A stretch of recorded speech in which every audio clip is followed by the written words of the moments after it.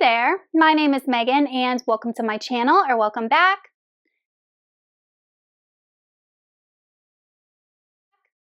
Today I'm going to be recommending 10 books that I think you should read to get you in the mood for spring.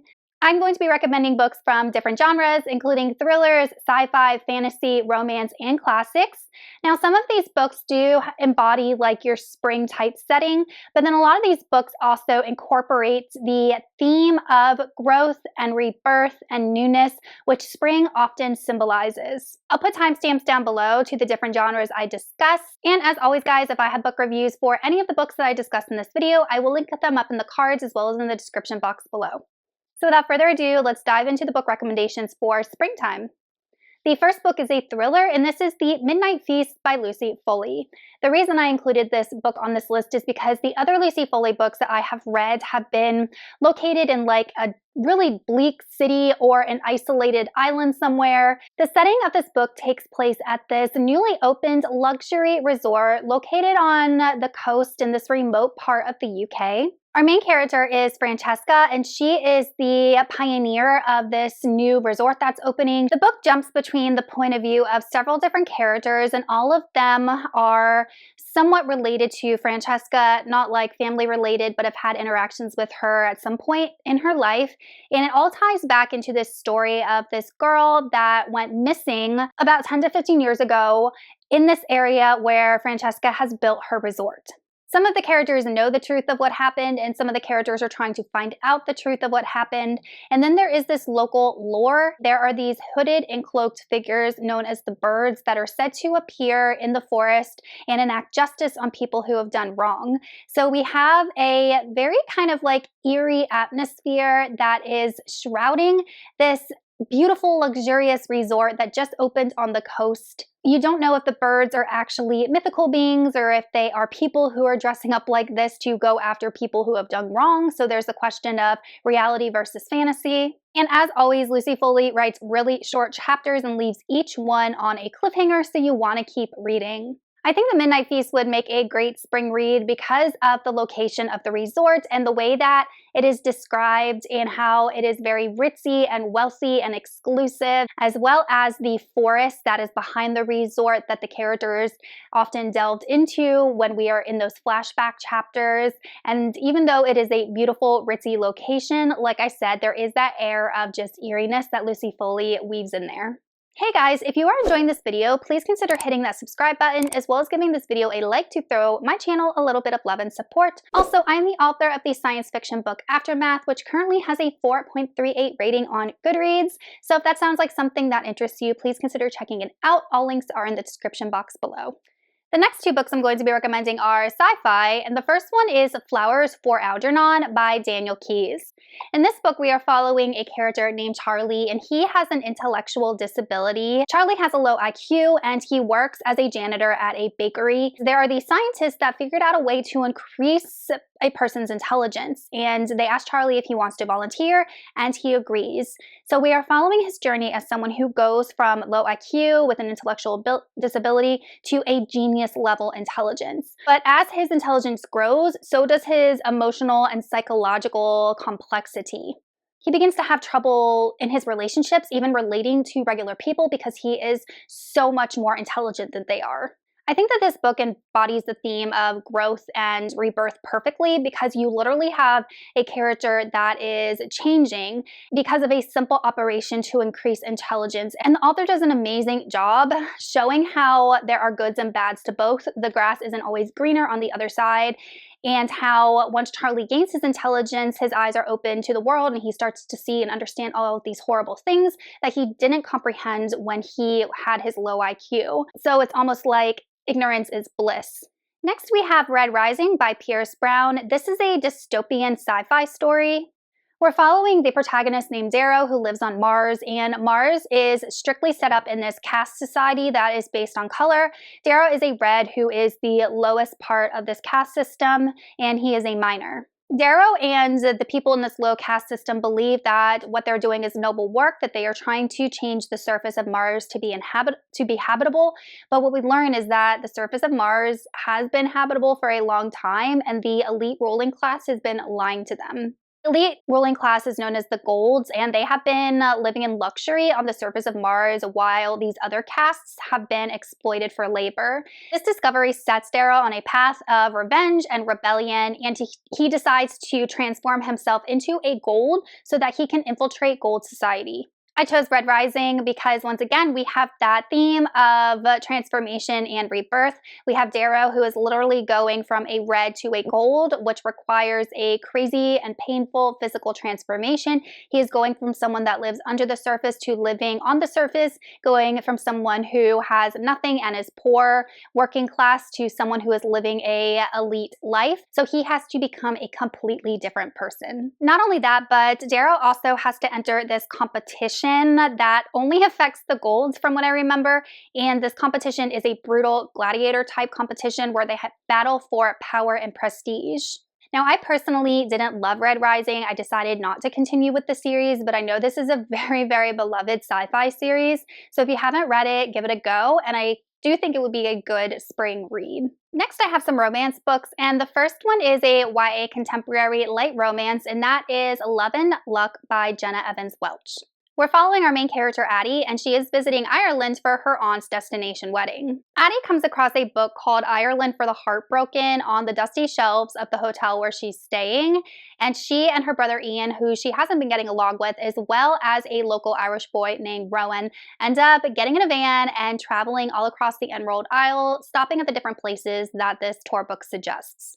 Addie is going on this trip around Ireland hoping that it starts to heal some of the issues that she's going through, especially the fractured relationship with her brother, some of her own personal insecurities, as well as maybe opening up a potential love interest with the tour guide named Rowan. This book is definitely fun to read in the springtime because we have the gorgeous setting of Ireland, but then we also have our main character who is literally going through a transformation and growing as a character, learning how to deal with heartache and hurt, as well as dipping her toes into potential love.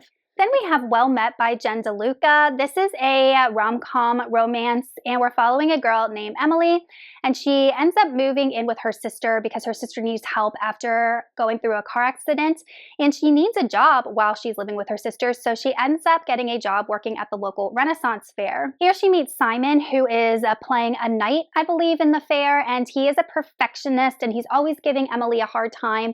The two of them have personalities that completely clash. They don't like each other.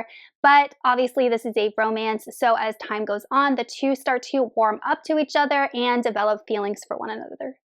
Well Met is a charming, feel-good romance and also includes the fun and whimsical elements of a Renaissance fair. Then we have two classics. The first one is The Awakening by Kate Chopin. This was published in 1899 and is considered like an early feminist novel. I personally don't go out of my way to pick feminist novels to read. This was just a classic book that I had heard about, and I decided to read it one day from my library via ebook. The reason I think it would be a good springtime read is because this book is 100% about a woman who is literally awakening and realizing some things about her life that she is not satisfied with and how she tries to make changes. Now, while I don't necessarily agree with a lot of the actions that our main character had in this book, I do think that there are some elements of the story that are important. This book follows our main character named Edna, and while she was at a seaside resort with her family, she is married and, if I remember correctly, has two young boys. She ends up developing an emotional connection with another vacationer there named Robert, and this kind of makes her realize or start to question her life choices, makes her start to question her marriage to her husband, her role as a wife and a mother. We're following Edna's journey because she starts to experience an increased awareness of her own desires, her need for freedom and independence, and this looks like her increasing involvement in a relationship with Robert. Like I said, she's married, so this would be an extramarital affair, as well as doing activities like painting. So she is, or had this life as a wife and mother, and is basically looking for ways to transform her life into something new to make her happy. Because this book was written in the 1800s, a lot of the content was very controversial and Edna's actions were very controversial, but this book definitely follows a woman who is going through a personal transformation, whether or not I agree with her actions, that does embody that theme of personal growth. Then we have another classic, and that would be Great Expectations by Charles Dickens. This is a coming-of-age story that follows a character named Pip who comes from very humble beginnings. Through a whole series of events, Pip is eventually introduced to Mrs. Havisham, who is an old, wealthy, eccentric woman who lives in isolation, and she has a ward named Estelle, and Pip falls head over heels in love with Estelle. Estelle is very cold towards Pip, really doesn't reciprocate his feelings, so Pip takes it upon himself to create this life that will eventually make Estelle fall in love with him. Pip actually comes into a large fortune of money that was left to him by an anonymous benefactor, so Pip is able to transform himself from this boy of humble beginnings into a wealthy gentleman. But as Pip climbs the social ladder and tries to gain Estelle's love, he starts to question his ambitions and everything that he's working towards. This book definitely embodies the theme of personal growth, transformation, and rebirth because Pip, like I said, started out from humble beginnings and worked his way up and became a gentleman, but then he realized that all the things that he was striving for might not be the true source of happiness. Next, I have two fantasy books, and the first one is House of Root and Ruin by Erin A. Craig. This is a companion to House of Salt and Sorrow. I don't think you need to read House of Salt and Sorrows to read this because the narrator does fill the reader in with the little details that would add context to the story. We're following a main character named Verity, and she is kept safe in her manor by her sisters because of what happened in House of Salt and Sorrows, and Verity paints. One day she receives a commission from a duchess asking Verity to come to paint a picture of her son because she's heard what a good painter Verity is. So without asking her sister's permission, Verity just leaves and goes to this new country. The land where Verity is going is called Bloem, and it is filled with luscious flowers and plants and all the things that grow. This book's descriptions of flowers and plants is so well done, and that actually plays into the plot so much. We also have the Duchess's husband that delves into like crossbreeding all of these different plants. We have poisonous plants in this story, and plants and flowers and all of that are part of this country's culture. So we have the son of the Duchess talking about the different flowers and, you know, what they symbolize and what they mean. But once Verity gets to Bloem, and she starts to live there for a little while, she starts to uncover that the Duchess might have had like a sinister ulterior motive for inviting Verity to come to their house and live. And there's also some potential feelings that are developing between Verity and the Duchess's son. But like I said, there is a really deep, dark secret that all of these people are hiding from Verity, and they're definitely trying to manipulate her. But while this book definitely has a creep factor to it, it is filled with flowers and plants and all the beautiful things that just reminded me of spring. Then we have Warbreaker by Brandon Sanderson.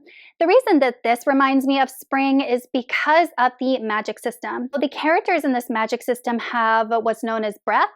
Breath is a magical energy that people can give and take away, and the more breaths that people have, the more like enhanced abilities that they have. But what's interesting is that people can actually use these breaths to give animation to inanimate objects.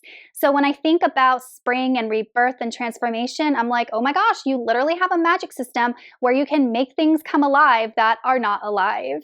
But we have a really good plot too. We're following two characters, Vivenna and Serene. Vivenna, the older daughter, is supposed to be married off to the god king of the neighboring country, Algernon, in order to stop a war from happening. However, Vivenna's father ends up sending Serene instead because he can't part with Vivenna. So Vivenna decides to infiltrate Algernon and save her sister. Meanwhile, Serene, who is supposed to be marrying the god king, learns that he is not this like horrible, monstrous figure that everyone is making him out to be. She learns about the intricate political system that is in this country, as well as the role that these gods play and how they are all connected. So we definitely have two different characters, Vivenna and Serene, that go through personal growth throughout this story. And lastly, we have a historical fiction, and that is the Jane Austen Society. This book was written by Natalie, and it takes place in the aftermath of World War II in a small town in England where Jane Austen is said to have lived several years of her life. We're following a diverse group of characters as they all come together because of their love of Jane Austen and her works. The book focuses on these many different characters and the particular challenges that they are trying to overcome. The novel definitely explores the themes of love, loss, and the role that literature can play in people's lives. Every single one of these characters goes through personal growth as they are trying to heal old wounds and overcome adversity. This book is a charming, heartfelt story, and it incorporates so many aspects of Jane Austen and her work. So if you are someone that enjoys historical fiction, Jane Austen, cozy, heartwarming stories about people that come together to support and love one another, then the Jane Austen Society would definitely work for you. Okay, you guys, those are 10 books that I think you should read for springtime. Let me know in the comments if you've read any of these books and what you thought of them, or if you have any book recommendations that you think would be good to read during the springtime. Thank you all so much for watching, and I will see you in another video soon. Goodbye!